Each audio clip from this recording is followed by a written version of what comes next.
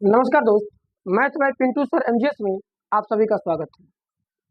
दोस्त, इस क्लास में हम लोग छोटे छोटे क्लास के माध्यम से कक्षा 10 सब्जेक्ट मैथ में बोर्ड एग्जाम में आने वाले उन महत्वपूर्ण प्रश्नों के बारे में जानेंगे जो हमारे पेपर में आने की बहुत ज़्यादा संभावना होगी। यानी दोस्त, हम लोग इस सीरीज में उन्हीं प्रश्नों का समायोजन करते हैं, उन्हीं प्रश्नों को समायोजित करेंगे जो हमारे बोर्ड एग्जाम में सीधा पूछे जाने के चांस होंगे।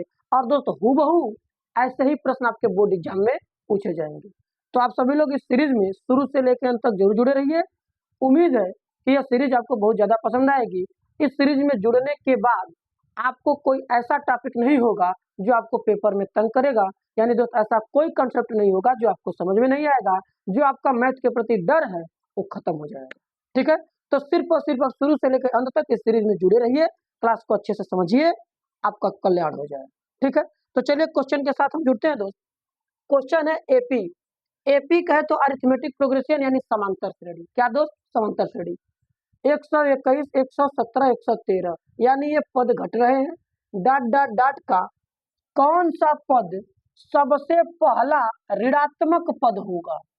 यानी दोस्त, कॉन्सेप्ट हमारा यहाँ समझना है कि हमारे पास एक समांतर श्रेणी के प्रश्न है और समांतर श्रेणी है तो घटते क्रम में है। किस क्रम में है? घटते क्रम में है। तो यदि ये घट रही है तो कह रहा घटते घटते घटते घटते यदि जाएगी तो कै नंबर का जो पद होगा वो सबसे पहला ऋण वाला होगा। यानी दोस्त, हमको ऋण वाला पद अगर मिलेगा, जायज सी बात है कि जब हमारा श्रेणी घट रही है तो घट घट करके जीरो पर जाएगी, जीरो के बाद ऋणात्मक में प्रवेश करेगी। तो कै नंबर का पद यानी कितने नंबर का पद पहला ऋणात्मक पद होगा। ठीक है, तो जैसे मान लीजिए हम यहाँ घटेंगे तो -4, -3, -2, -1, फिर 0, 1, 2, 3, 4, 5 इस प्रकार से हमारा संख्या रेखा बनी रहती है दोस्त। ठीक, अब ये इधर से आ रहा है यानी 121, 117, 113, 121, 117, 113 इधर से आ रहा है। तो घटते घटते घटते घटते जब मान लीजिए 1 पर आया और इसके बाद जब घटेगा तो डायरेक्ट छलांग लगा देगा, यानी माइनस में प्रेस कर सकता है। हो सकता है -1 पर जाए, हो सकता है -2 पर जाए, हो सकता है -3 पर जाए।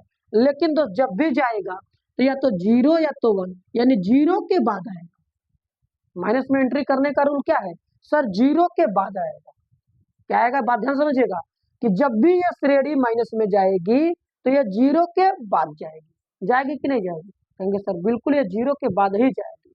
तो बात यह है कि यदि हम ये खोजे कि 0 कै नंबर पर पड़ रहा है, यदि सपोज दैट कि 0 हमका 18 नंबर पे पड़ रहा है, तो जब 0 के बाद आएगा तो एक स्टेप आगे बढ़ेगा तो 19 नंबर पे नेगेटिव पद आएगा कि नहीं आएगा?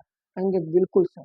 लेकिन दोस्त, मुद्दा ये फिर फंसेगा कि क्या सर ये श्रेणी घट रही है तो क्या ये 18 नंबर यानी कोई भी पद 0 पर ये आएगा कि नहीं आएगा?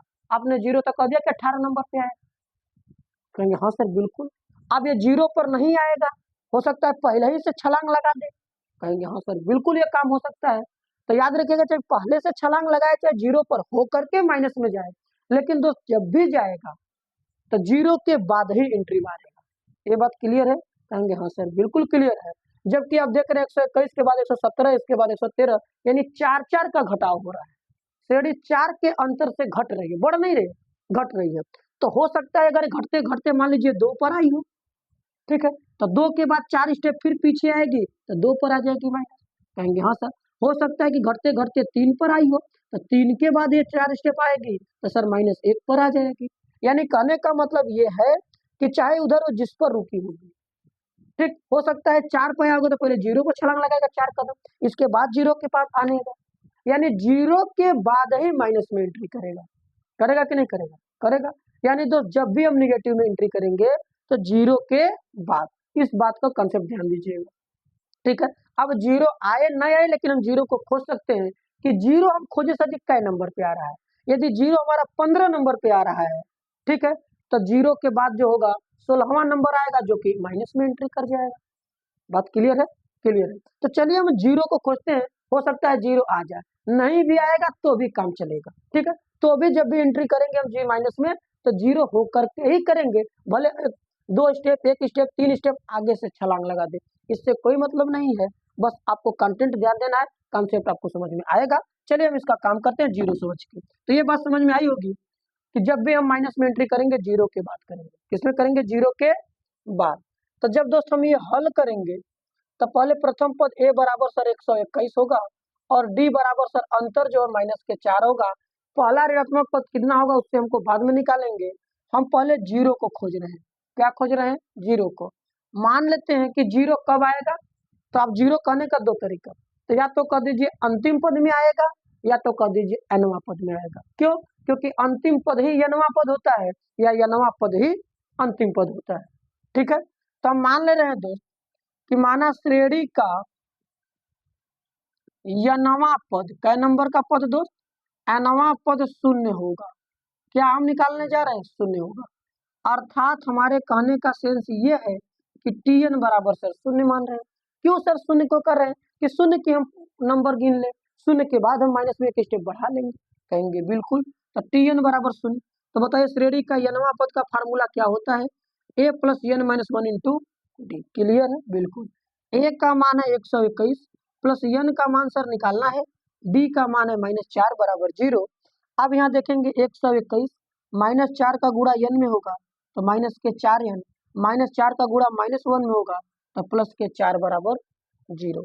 हमें मान निकालना है सर n का, कहेंगे बिल्कुल सर। तो n को रोकिए, बाकी को हल करिए। तो n का मान माइनस में, इसको उधर भेज दीजिए। 121 और 4 जोड़ेंगे तो 125, 4n को उधर भेजेंगे तो प्लस में हो जाएगा। n का दोस्त मान निकालना है, 4 हमारा इसके डिवाइड में होगा तो n बराबर 125/4, 125/4। यानी दोस्त हम बायां का दाया में और दाया का बायां में लिखे तो n बराबर 125/4 आएगा, कहेंगे बिल्कुल। अब दोस्त जब n बराबर 125/4 आया, 125 में हम 4 से भाग लगाएंगे, तो 125 में हम 4 से भाग लगाएंगे तो 4 3 12, सर हमारे पास 5 होगा, 4 एक कम 4 बचेगा 1, यानी 31 सही 1/4। आप यहाँ देख रहे हैं दोस्त कि जो हम जीरो खोजने का प्रयास किए वो 31 सही 1/4, यानी 31 नंबर से थोड़ा सा बेसी।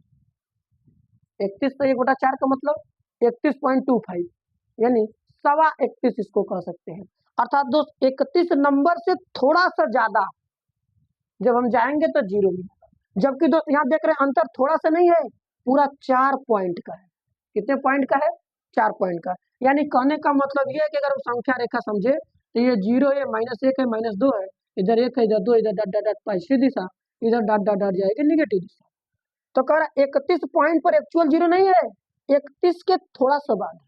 तो आप ये ध्यान दीजिएगा 31 से थोड़ा सा बाद, यानी सपोज दैट 31 नंबर अगर यहाँ रुका होगा तो थोड़ा सा और बढ़ाएंगे। क्लियर है, 31 पर जीरो नहीं है, 31 से थोड़ा सा ज्यादा। क्लियर, तो जब थोड़ा सा हम बढ़ाएंगे तो सर जी जीरो मिलेगा।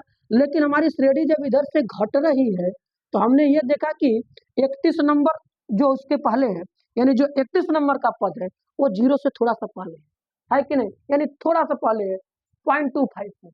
क्लियर है, तो जब 0.25 में थोड़ा सा पहले है तो हमको इसके बाद अगर डांकना होगा यानी आगे बढ़ना होगा, कई स्टेप जाएंगे सर, 4 स्टेप जाएंगे। यानी यहाँ से हम जीरो पर नहीं रुकेंगे, डायरेक्ट हम क्रॉस चल कर जाएंगे आगे 4 स्टेप। कितने स्टेप हम जाएंगे सर, -4, यानी 4 स्टेप माइनस की दिशा में जाएंगे।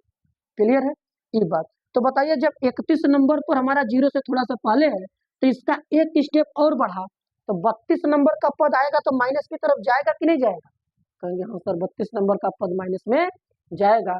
अर्थात दोस्त हमको ये क्लियर हो गया कि हमने कहा था कि n नंबर पर जीरो आएगा, लेकिन n का मान है 31.25, यानी 31 सही 1/4।